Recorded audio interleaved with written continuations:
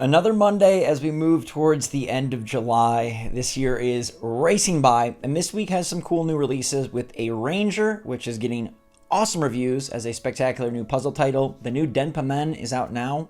Has anyone checked that out? It looks weird as heck, but I want to know if it is worth playing. It's up on the eShop as we speak. And we've also got to talk about the Pokemon Company and what they're presenting at Gamescom, plus new details on upcoming Switch games and more. So good morning, Mario, and good morning, Switch fans. Hope you're all doing fantastic, had a great weekend, and are ready to roll into a new week of Nintendo fun.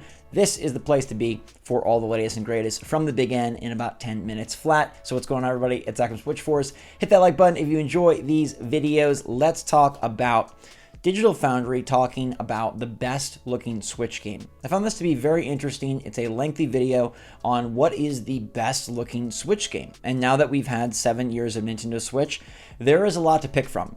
I gotta admit, I was surprised by their answer, although when I think about it and when I look at it, it's not very surprising. What ended up taking the cake over the likes of games like Zelda Tears of the Kingdom, Metroid Prime Remastered, and Xenoblade Chronicles 3 was Luigi's Mansion 3.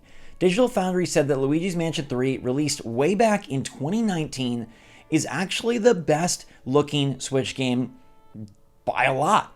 They highlighted the awesome lighting, the model quality, the physics, the shadows. They said it's way beyond what we normally see on the Switch. They feel like it does look like a game designed for a more powerful platform, and they even compared it to like a movie based on how well Luigi animates and how those scenes set up and look. And I do agree. Luigi's Mansion 3 is a phenomenal looking title. I feel like the franchise is actually a bit hurt by Luigi's Mansion 2 HD, not because of the game quality, but graphically it is definitely taking a step backwards, and that's the most recent note on Luigi's Mansion. So it's like, oh, 2024, Luigi's Mansion looks like this. No, 5 years ago, Luigi's Mansion actually looked phenomenal. And it's kind of crazy that they were able to reach this peak status in 2019. And I do wonder if some of that is due to the nature of the game. Luigi is going in more static environments that do have a lot of interactability, but you're kind of like investigating a set frozen space, right? Like it's a room. You're not running across an entire level. It's not open world. The mansion, the hotel is big, but each individual scene is pretty defined, and I think that maybe helped them out. I also think the Next Level Games team is just very talented, very good at what they do, and the fact that they were able to make a more like single-player linear game that did have more opportunity for cool set-piece moments, cool iconic character interactions, and then also the dark theme. I think people that like visuals are like a sucker for shadows and lighting and things of that sort. So having it be like with the flashlight and stuff worked really well. But all in all, what this does for me is make me insanely excited for everything Nintendo. Because if their best looking game was 5 years ago, given more power, what can they do? They'll make all their games look so stunning because their art team, because their direction, because their ultimate philosophy on prioritizing gameplay, but then making the art back it up, really works wonders. You don't have to look like a human to have Luigi look absolutely incredible, and that's something Nintendo knows very well and does, I think, the best in the business. So let me know if you have another game that you would pick instead. I would have thought maybe Tears of the Kingdom or Metroid Prime Remastered would have won, but I think Luigi's Mansion 3 deserves it, and I'm very impressed that that game came out 5 freaking years ago. Speaking of years ago, feels like it's years ago since Pokemon released a new game. We normally get something each and every year, and this year looks to be the odd man out. But an interesting post from Gamescom just dropped this weekend, and it has some people speculating. Gamescom is the big E3 style event in Europe. In fact, I'd say it's now the biggest video game event in the world because it takes place at the end of August, and it does have a lot of heavy hitters in a humongous convention center. I was lucky enough to go to Gamescom once, and that show floor is insane even compared to E3 standards and definitely compared to Summer Game Fest standards. Like, it blows it out of the water. But their lineup highlights for Cologne's big show is Sony, Square Enix, THQ Nordic, TikTok, Ubisoft, Xbox, and the Pokemon Company.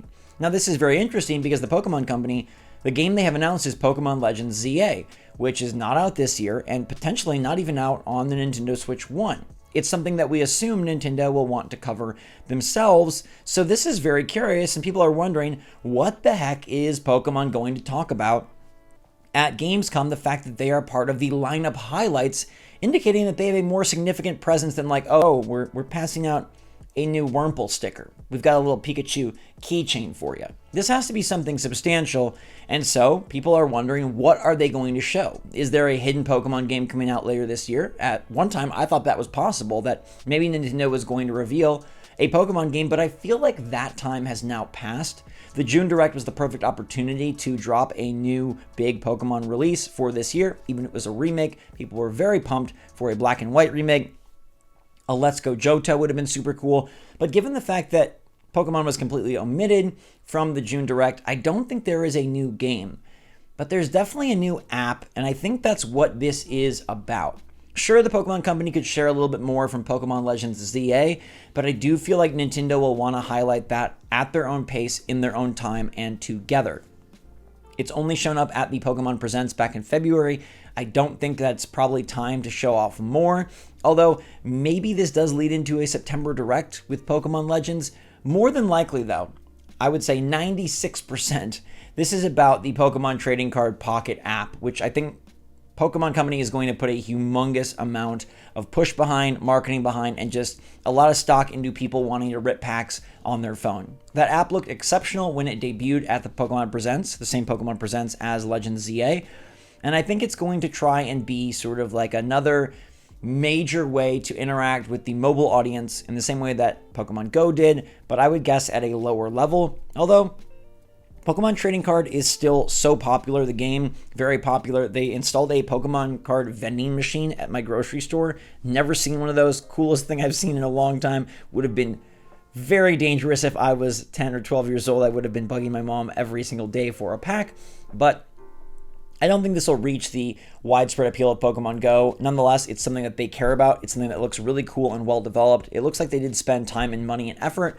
So I bet the fact that we're getting a Pokemon Company highlight as opposed to a Nintendo highlight, that indicates that it's probably going to be for this app and not for an upcoming Switch title. I'd love to be surprised, and like I said, 4%, maybe they're ready to show a screenshot from Pokemon Legends ZA.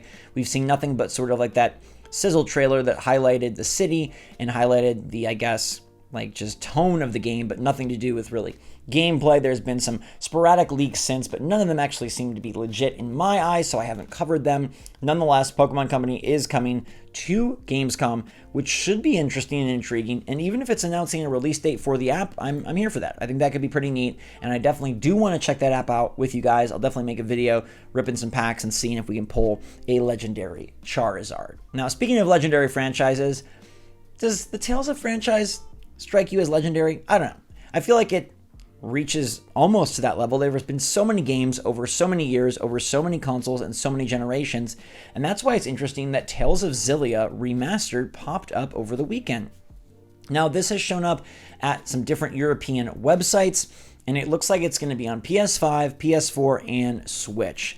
Now, Tales of Xillia was out in 2011. It was notable in the Tales franchise for being the first Tales game where you could pick between a male and female protagonist.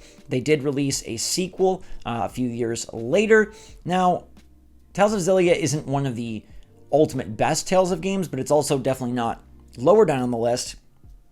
My personal favorites are Tales of Symphonia. I beat that one on GameCube back in the day. And then Tales of Vesperia was just fantastic. At the time, it looked incredible on Xbox, and it was super cool to have like a big JRPG to play over there. That was in sort of the era where they were really, catering to that audience.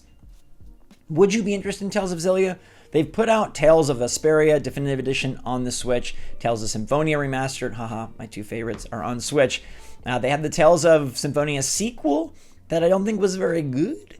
Or was, kind of mediocre, but I'll take a new Tales game, a new remastered game. That seems like something that would likely happen this year as third parties, look to just cash out on the Switch before it is sunsetted. So let me know if you'd be excited about Tales of Xillia Remastered, or if you're a Tales fan in general. I'm curious how many of you are there. Tales of Arise was pretty cool, taking the franchise in a bit more modern of a direction. I'm surprised we haven't gotten like a Switch exclusive one. I thought that was something we would have seen this generation, but we have not yet done so. What you will see, though, is more videos from me. I'll be covering some of the games dropping this week. Let me know if anybody's played Denpamen.